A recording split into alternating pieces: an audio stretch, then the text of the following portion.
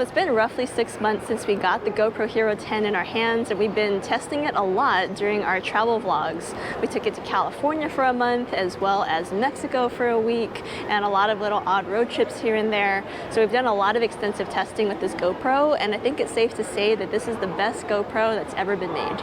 Yes, and we have made many videos about what we wanted out of GoPro, to the point where we had a little shopping list, and the main thing that we really wanted is the same thing but more stable, bug-free and so on.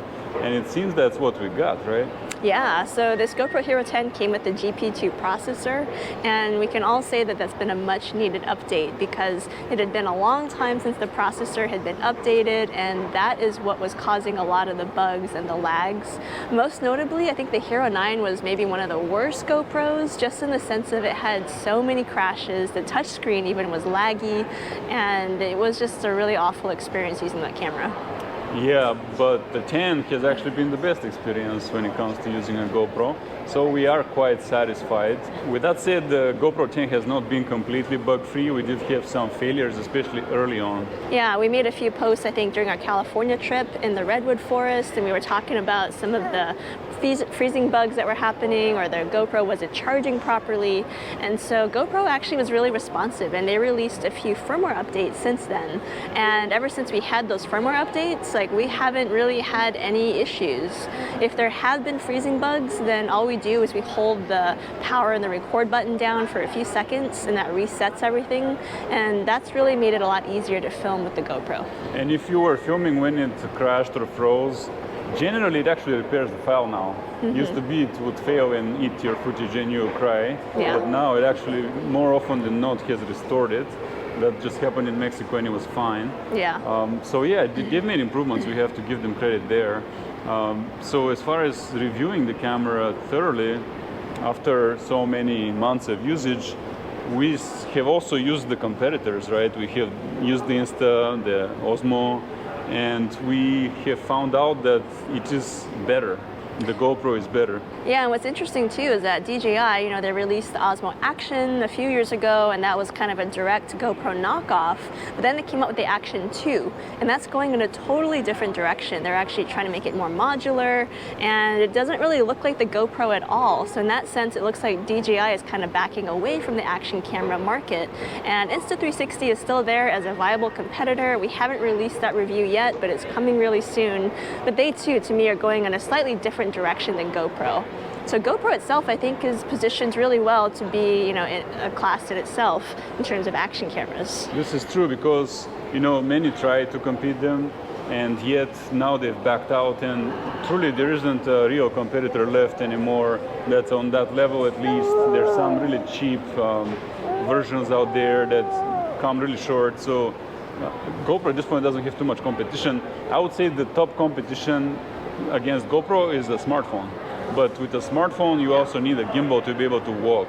Otherwise, it doesn't look good. So if you want to do actual action, GoPro is really kind of undisputed leader at this point. So it's hard not to give it a good review. But also, it's worth mentioning that we in particular vlog with our GoPro.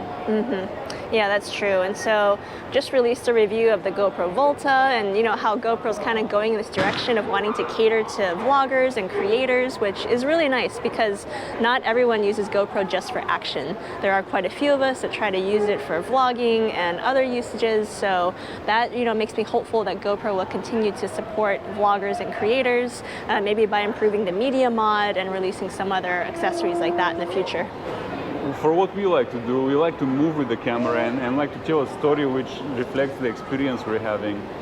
We can't find a better camera for that out there, and because of that, GoPro's still our main go-to camera. If we had a phone, we couldn't walk with it, move with it, do action sports and stuff like that, go underwater. If we were using anything else, really like a mirrorless camera for vlogging, like many do, we couldn't walk with it either. It's too heavy. You had to have a gimbal, so all that, it's in a rank of its own at this point. The features that we get out of it, one that no other camera has that I'm aware of, is the horizon leveling, that you just put it on and forget about it. Another thing is that since they have introduced the lenses, so-called the digital lenses, you don't get that battle distortion on the wide angle. You get a very natural look from linear, especially when you put on the horizon leveling. It is such solid footage to go out and tell stories about your experience, and it looks quite natural. So we should also clarify that, we do use GoPro a lot, and it's kind of like our main camera, but that is what we use to, film our main narrative. But we actually do use smartphones, we use our mirrorless cameras, we use 360 cameras to kind of fill in the gaps with the B-roll, or to do what GoPro still is not great at doing, which is film in low lighting. Like that's where the Fujifilm and the smartphones are really helpful. Yeah, it's worth saying where GoPro does come short. And with the bugs and all that kind of mostly out of the way, they still exist, so that's a little glitch there. Most cameras are still less buggy than a GoPro. But the other thing is that GoPros are very bad at low light, and you cannot zoom with them. So when we need to do those things, we actually switch camera. And we travel with a few devices, at least for our recording, so you cannot just have one camera that does everything yet. That's still impossible. But still we like it a lot. And another way which GoPro beats its competitors pretty hard is the ability to improve the sound with external microphones, because there are some cameras out there that don't give you that ability, and their sound is just worthless, especially when it's windy or there's too much competing noise. So what is the verdict after 6 months of use? Our verdict is that this is indeed the best GoPro ever made to date, and I'm really excited because GoPro is supposed to be releasing several new GoPros this year, so it looks like they might be going beyond just this action camera form. So I'm really excited to see what else is coming out. And yeah, if you guys don't already subscribe to our vlog channel, please do that. Gemini Discover, that's where you can see all of our vlog footage that we filmed, mostly with GoPro. We, unlike most reviewers out there, actually use the cameras that we talk about, and you can see our creative output on our channel, Gemini Discover, where you'll see all the things that we talked about are backed by footage that we've taken. And you'll see there's a lot of usage there. All the pain points have surfaced with us. So we still think GoPro is the #1 camera for what we like to do.